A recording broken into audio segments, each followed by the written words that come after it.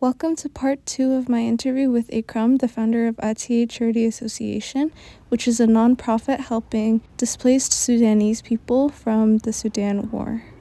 Atiye helps displaced Sudanese civilians in all aspects of life, from school to home to health. Now in part 2, let's learn about different Sudanese crafts and their similarities with some of the crafts from Ethiopia. I wanted to talk about this. You said that your mom made it? Yeah, you can. So my mom made this. Basically in Sudan, I just forgot the name, but I can send it to you later.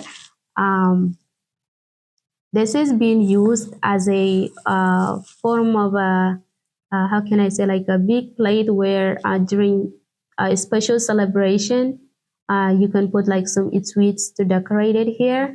That's one way. Another way that people use it in some other parts of Sudan is when you're taking a food to a neighbor, to a neighbor, or maybe to a family member, then you use it to cover the food to take it. That's one way. It's a multi-purpose use type thing. Mm-hmm. Also, it's highly used for decoration. So here in the US, since we don't really do foods to take it to other people's houses, we use it as a form of decoration. So we put it on our living rooms to decorate it. Same thing with this one. They're just done in different ways or different styles, I would say, or designs. Yeah, so this was passed on to us by one of the elders in Eastern Chad, refugee camps in Eastern Chad. We helped them with humanitarian aid. And at the time, my mom went there to visit my brother.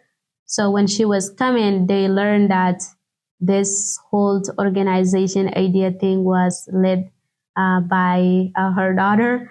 So they were so touched that they wanted to give us something. They wanted to give her a gift to bring it for us. But with the situation that they were in, they didn't have much. But to me, the most purchased thing that they own, which was this, and they give it to us.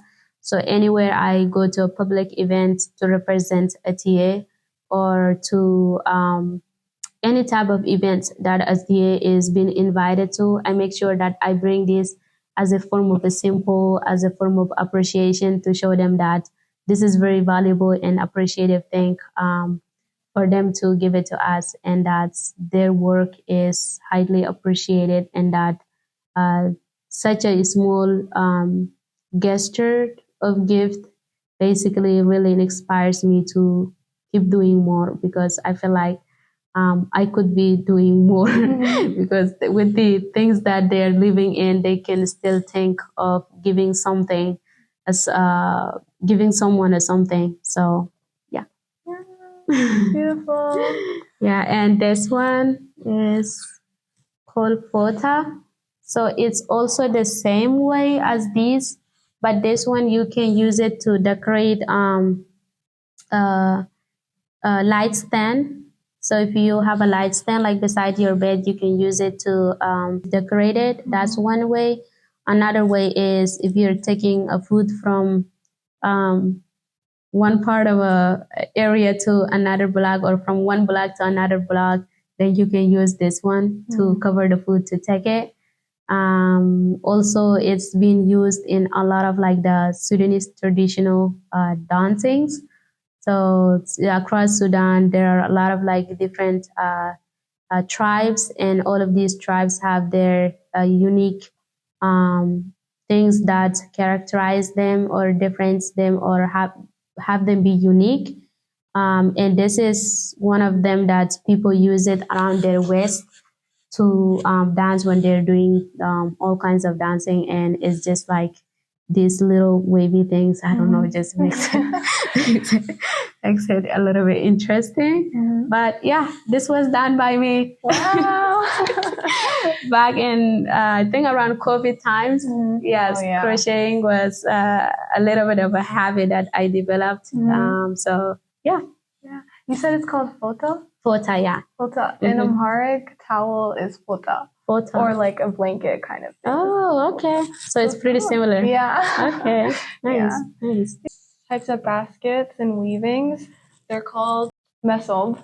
So we use these to put like injera on top of it and also give it to other people as well. Oh, actually, I forgot. Yeah, it's also used for kisra.